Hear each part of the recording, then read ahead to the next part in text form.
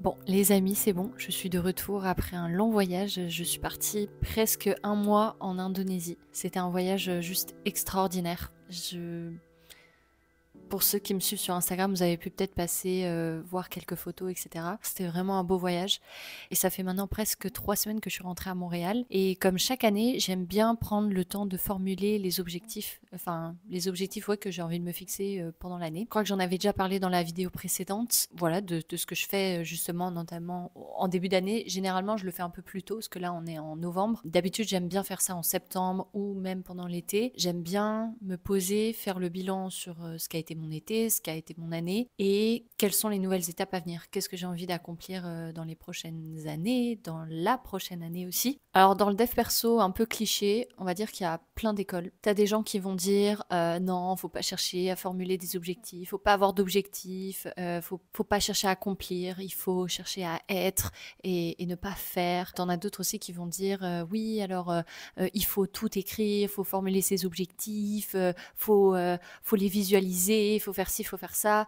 T'en as d'autres qui vont dire bah moi j'écris rien, ça se passe très bien, j'y vais go, j'ai pas forcément besoin de les écrire, de les détailler, etc. Bref, t'as plein de gens qui ont plein d'avis sur tout et il y a plein de méthodes différentes, il y a plein de manières de faire. Moi déjà la première chose que j'ai envie de te dire c'est ce qui va marcher, c'est ce qui va te correspondre. Donc peut-être que tu vas être de ceux qui vont te dire bah écoute moi j'ai pas forcément envie de me mettre des objectifs, j'ai pas forcément envie de me formuler des objectifs, peut-être que objectif c'est ça me met un peu une pression, plus envie de voilà, de parler de projet, de parler de rêve, de parler de tu peux trouver le mot qui te correspond, mais voilà, il y en a à qui ça peut faire peur, il y en a à qui juste ça donne pas envie, il y en a à qui ça met une pression de dingue. Déjà à partir de là, j'ai envie de vous dire écoutez-vous. Qu'est-ce qui résonne en vous? Qu'est-ce qui jusqu'à maintenant a fonctionné et qu'est-ce qui jusqu'à maintenant n'a pas fonctionné? Parce que peut-être que tu as envie d'accomplir des choses, tu as envie de faire plein de trucs, mais tu n'as jamais écrit tes objectifs, tu n'as jamais fait le pas de le faire. Tu n'as pas détaillé tes projets, tes objectifs et du coup tu les atteins pas. Enfin, en tout cas, t'es un peu frustré, tu n'arrives pas à avancer, tu n'arrives pas à accomplir ce que tu aimerais accomplir. Encore une fois, je vais faire encore une petite parenthèse. Voilà ma vision des choses. Moi, je pense qu'il faut des objectifs. Les objectifs, tu les appelles comme tu veux, des projets, des objectifs, bref, des rêves. Il en faut.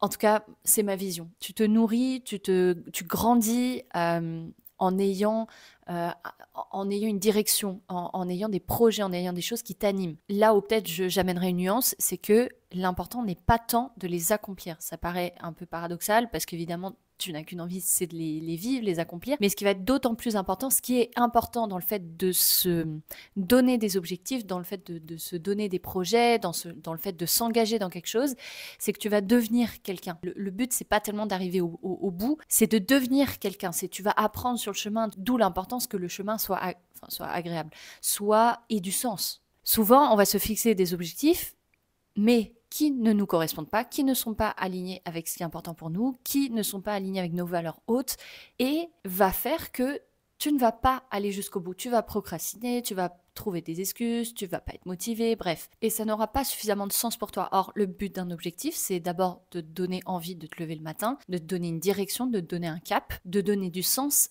à ta vie, à ta journée, à ton mois, à ton année. Est-ce qu'il va être accompli ou non? Ça, c'est pas tant si important parce que parfois, tu cherches quelque chose, une destination, mais au fond, tu cherches autre chose et sur le chemin, tu vas peut-être bifurquer, tu vas peut-être pas faire la même chose, tu vas peut-être changer ton objectif, tu vas peut-être le modifier.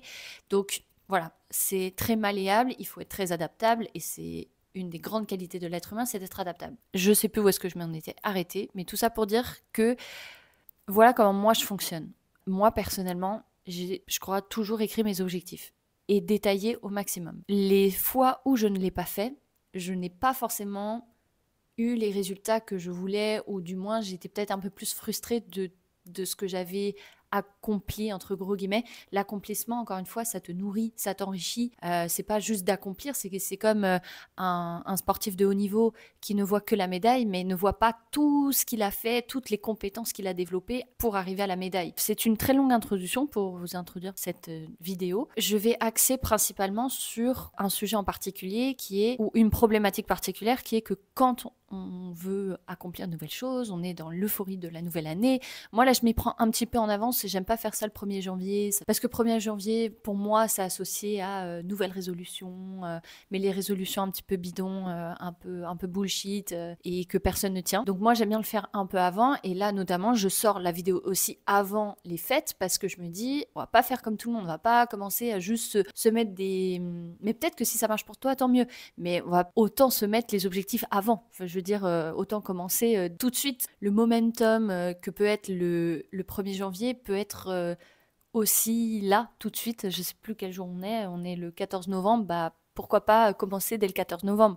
On n'est pas obligé d'attendre le 1er janvier pour commencer à se façonner son année, à donner une direction à son année. Donc, cette vidéo, elle est principalement pour vous aider si vous avez trop de projets, vous avez trop d'idées, vous avez trop d'objectifs et vous savez pas par quoi commencer. Ça aussi, c'est un des facteurs qui fait que on n'arrive pas forcément à atteindre ce qu'on veut à la fin de l'année, c'est que souvent, on se fixe trop de choses, trop de projets. Idéalement, je me mets 3 grosses priorités, 3 gros objectifs et 2, 3 secondaires qui sont moins importants, qui sont pas forcément la priorité, mais qui sont pour moi importants et qui, je sais, seront potentiellement faisables. Mais voilà, moi, idéalement, j'en ai 3 qui sont très importants, 3 objectifs qui sont clairs, formulés au présent, écrits. Pour moi, ça a vraiment marché, le fait d'écrire. Et j'en ai 2, 3 secondaires, donc en tout, ça me fait 5, 6 objectifs max par année. Et c'est déjà beaucoup. Tout ça pour dire que parfois, on en a beaucoup, on a beaucoup d'idées, beaucoup de projets, et on ne sait pas par où commencer. Et là, du coup, je vais vous partager quelles seraient les bonnes questions à se poser pour cibler mieux ces objectifs et mieux, du coup, les atteindre, parce qu'en fait, moins tu en as, plus ton énergie est focalisée sur les plus importants. Inévitablement, quand tu vas mettre beaucoup d'énergie à un endroit précis, ça va avancer plus vite que si tu disperses ton énergie un peu partout et que tu sais juste pas par quoi commencer, que tu tapes un peu partout, bref. La première chose que je vais faire, c'est que je vais lister toutes mes envies, tous mes rêves, tous mes projets, objectifs, peu importe comment tu les appelles. Je vais d'abord lister et je ne me mets aucune limite. Je lâche tout ce qu'il y a. L'erreur qu'on peut faire à ce moment-ci, c'est de se restreindre. On est très restreint, on s'en rend pas compte. Au fond de moi, il y a des choses que je pourrais mettre sur papier, il y a des choses que j'aimerais formuler, mais je me restreins parce que inconsciemment, par, je sais pas, le regard des autres, par le regard de mes parents, le regard de mes amis, le regard de ce que ma boss pourrait penser, j'en sais rien. Mais souvent à cette étape-ci, on pourrait avoir tendance à se restreindre, à se juger. Il vaudrait mieux vraiment prendre un temps où tu déconnectes le cerveau, vraiment tu te demandes si tout le monde s'en foutait, si il n'y avait personne, si j'avais toutes les cartes, qu'est-ce que j'aimerais faire? C'est quoi mes grands rêves, mes grands objectifs, mes grandes aspirations? Et si ça te fait un peu peur, les grands rêves, des grands projets, t'es pas obligé de mettre des grands trucs. Il y a une année, j'ai mis, je voulais courir un 10 km, je veux faire un voyage de 2 jours solo, je veux faire un voyage en sac à dos, j'aimerais travailler dans telle industrie. Idéalement, c'est toujours mieux si c'est très précis, mais pour l'instant, c'est plus du brainstorming, juste tu lâches les idées, no stress, pas de restrictions. Si t'en as 20, t'en as 20, si t'en as 40, t'en as 40, si t'en as que 10, t'en as que 10. Une fois que j'ai cette liste-là, je vais aller regarder et prioriser selon la faisabilité à l'instant T. Dans la liste, il y a forcément des objectifs, des projets qui seront plus faisables, plus stratégiques de faire aujourd'hui que d'autres et qui sont aussi plus alignés avec tes valeurs hautes, avec ce qui a du sens pour toi. Et ça, généralement, tu le vois assez vite. Tu peux les entourer. Moi, souvent, je surligne ce qui, je sens, m'appelle. Par exemple, l'année dernière, j'avais vraiment noté, je veux vivre une expérience, j'aimerais apprendre le yoga. J'aimerais vraiment apprendre à enseigner, apprendre toute la philosophie qu'il y a derrière. Et quand je l'ai noté dans ma liste, je sentais que c'était ça qu'il fallait que je fasse cette année. Ça avait beau peut-être être un peu irrationnel, je sentais que c'était ça. Et c'était en soi stratégique de le faire cette année-là parce que mon travail ne me prenait pas tant de temps, je travaillais à temps plein, mais j'avais pas tant d'heures, j'étais encore seule, j'avais pas mon copain, j'avais du temps devant moi, je sentais que c'était un point tournant de ma vie, j'avais de l'argent de côté, enfin bref, c'était faisable, c'était potentiellement faisable. Ça veut pas dire que ça impliquait pas plein de choses et que c'était pas une prise de risque, parce que, en tout cas pour moi, c'était financièrement un risque, En tout cas, ça m'impliquait vraiment beaucoup, puisque c'est moi qui l'ai financé toute seule. Mais je sentais que c'était aligné avec mes valeurs hautes, je sentais que ça avait du sens pour moi, et c'était une de mes priorités. À cette étape-ci, encore une fois, là, c'est intéressant de bien se connaître. Alors, bien se connaître, c'est un processus qui est infini. Tu n'auras jamais fini de te connaître, mais tu pourras toujours raffiner un peu plus. Quand tu connais un peu mieux tes valeurs hautes et plus tu es précis dans ce que tu sens qui a du sens pour toi, plus c'est simple d'identifier les objectifs, plus l'intuition elle est affinée, tu sens mieux les choses, tu peux plus facilement dire oui à un projet ou non à un autre. Ça facilite grandement ta vie. Quelqu'un qui se connaît bien, c'est aussi quelqu'un qui est plus stable émotionnellement, qui va pas tout de suite tomber dans la peur, dans qu'est-ce que va penser un tel. Quelqu'un qui se connaît bien est plus ancré. J'en ai déjà parlé plusieurs fois sur cette chaîne, mais j'ai créé une formation où justement vous partage comment est-ce qu'on arrive à mieux identifier ses valeurs hautes. Ces valeurs hautes, encore une fois, c'est pas ces valeurs du style moi, mes valeurs importantes, c'est la liberté, l'amour. Il y a personne qui dit je veux pas de l'amour, je veux pas être libre. A priori, tout le monde a globalement des grandes valeurs qui sont importantes. Hiérarchiquement, peut-être c'est différent. Quand je parle de valeurs hautes, c'est vraiment les domaines de vie où tu mets de la valeur consciemment ou inconsciemment dessus, ça te nourrit, c'est des choses que tu fais naturellement, ou c'est presque facile, c'est naturel pour toi, tu mets de l'importance et ça donne du sens à ta vie. Une fois que tu as identifié ces valeurs-là, c'est beaucoup plus simple de définir tes objectifs, de les sélectionner, de les clarifier. Quand quelqu'un va te proposer un projet, de dire oui ou non parce que tu auras une connaissance plus fine de ce qui est important pour toi, et ça a un impact sur toute ta carrière. Tu vas gagner un meilleur salaire, tu vas mieux gérer tes finances, tu vas mieux gérer tes relations, tu vas mieux gérer un tas de choses. Quand tu te connais bien, ou en tout cas quand tu prends le temps d'identifier ce qui est vraiment important pour toi, ça facilite beaucoup de choses. Donc c'est pour ça que j'ai créé cette formation. C'est ma première formation et j'ai vraiment mis tout mon cœur là-dedans. Je pense vraiment qu'elle a de la valeur ajoutée. C'est pas une formation bullshit, c'est une formation qui aussi est un exercice continu, c'est-à-dire que dans cette formation, je te partage comment tu vas identifier tes valeurs avec des exercices, avec des questions précises. Il y en a beaucoup, ça demande beaucoup de travail. C'est pas un truc facile, c'est pas un truc bisounours, mais c'est vraiment ce qui m'a aidé à moi, en tout cas, mieux identifier ce qui est important pour moi. Ça m'a aidé à prendre la décision, par exemple, de déménager. Par exemple, je vis à Montréal. Si je me connaissais peut-être pas très bien, je serais restée en France. J'aurais fait peut-être la même école de commerce que les gens qui étaient autour de moi. Je me serais peut-être pas autant écoutée. Et le fait d'apprendre à se connaître, c'est un processus qui est continu, mais ça demande du travail. C'est pas juste naturel, ça demande de conscientiser, de mettre d'y impliquer du temps, de l'énergie, à faire un bilan sur ce que tu apprends, sur ce que tu vis et qu'est-ce que tu en tires, qu'est-ce que tu ressens dans ton corps. Si jamais ça vous intéresse, elle est en barre d'infos. Mais en tout cas, voilà, à cette étape-ci, quand tu vas prioriser en fonction du temps, de la faisabilité, de ce qui va être réellement en accord avec tes valeurs hautes. La troisième chose que je vais faire pour m'aider à clarifier dans ce nuage de projets.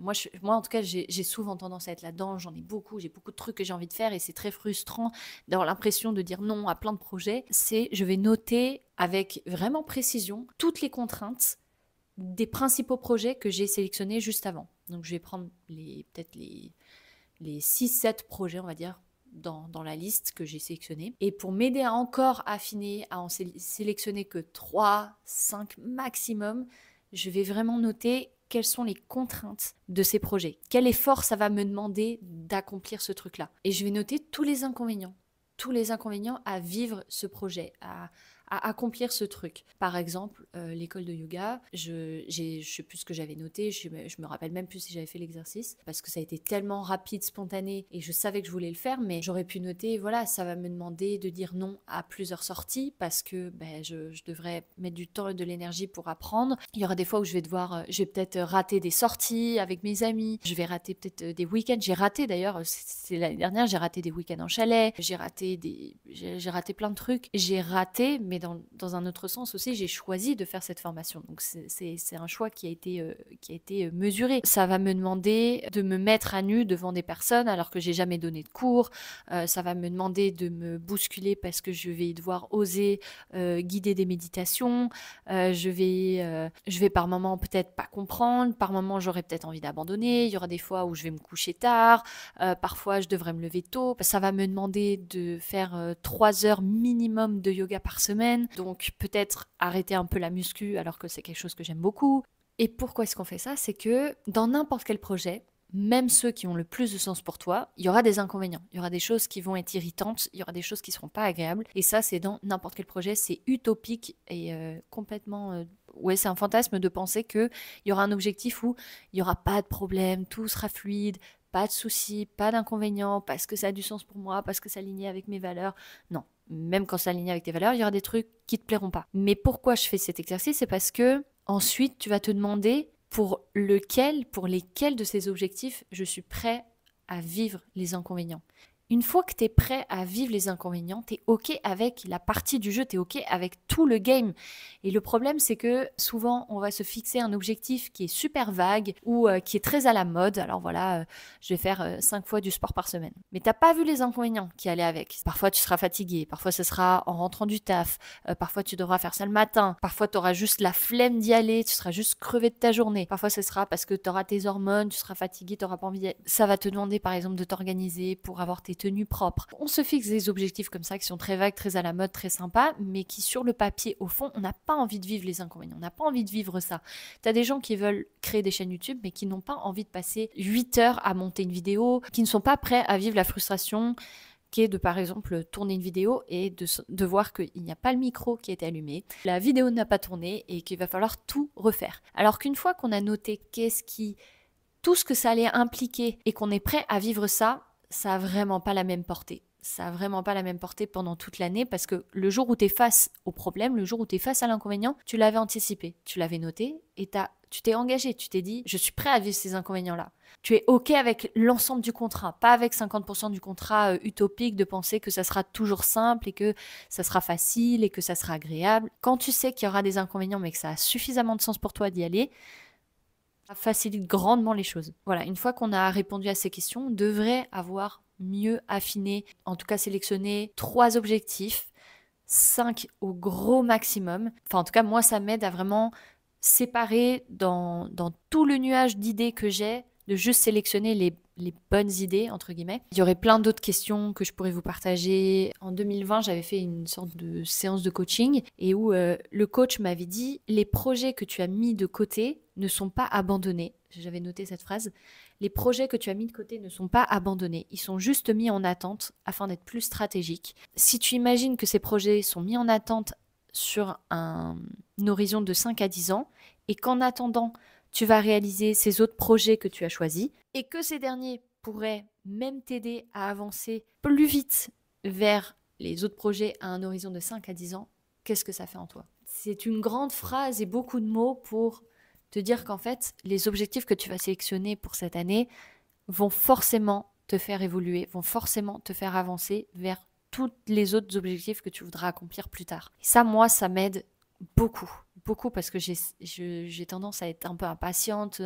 En tout cas, pour les objectifs, j'ai tendance à me dire j'aimerais accomplir tellement de trucs et maintenant, tout de suite. Et il y a des fois où je me dis juste, mais en fait, attends, c'est plus stratégique de mettre ton focus cette année sur une chose et de vraiment t'y consacrer longtemps plutôt que de t'éparpiller, d'en avoir 10 et de vouloir taper un peu partout, mais de jamais vraiment aller au bout de quelque chose. Donc voilà, j'espère que cette vidéo vous aura aidé, vous aura plu. J'ai beaucoup parlé, c'était peut-être un peu fouillis parfois. N'hésitez pas à me dire si ça vous a aidé vraiment du fond du cœur. N'hésitez pas à me partager ce que vous pensez aussi. Vous pouvez me suivre aussi sur ma newsletter. Tous les lundis, j'envoie un email. Et c'est pas une newsletter comme les autres. Enfin, en tout cas, moi, ce que je voulais avec cette newsletter, c'est envoyer quelque chose de très spontané, très brut, très sincère, écrit sur le moment. Et elles sont assez courtes aussi, parce que j'aime pas les newsletters où c'est genre des pavés juste. Tu la lis pas parce que c'est trop long. Donc parfois, j'envoie que une citation. Parfois, j'envoie une phrase, une pensée. Donc voilà, si ça vous intéresse, moi j'adore écrire. C'est un projet pour le coup que j'ai depuis 3-4 ans. Pour le coup, je suis très très régulière. Tous les lundis, j'envoie cet email. Donc n'hésite pas à me suivre là-bas. Et là-bas aussi, je partage les projets qui sont à venir, les vidéos qui vont sortir, les formations aussi que je vais sortir, souvent des codes promo aussi. Que voilà, si jamais n'hésitez pas à aller me suivre là-bas. Sur mon compte Insta aussi, mon compte Insta où pour le coup c'est pareil, là j'aime plus partager mes réflexions, je partage un peu mon quotidien, si vous êtes sur Montréal, je partage aussi les horaires et les cours que je donne de yoga, donc si jamais ça vous intéresse de venir me suivre là-bas, allez me suivre là-bas. Donc voilà, je vous souhaite une très belle semaine, merci de m'avoir écouté et je vous dis à bientôt pour une prochaine vidéo en novembre.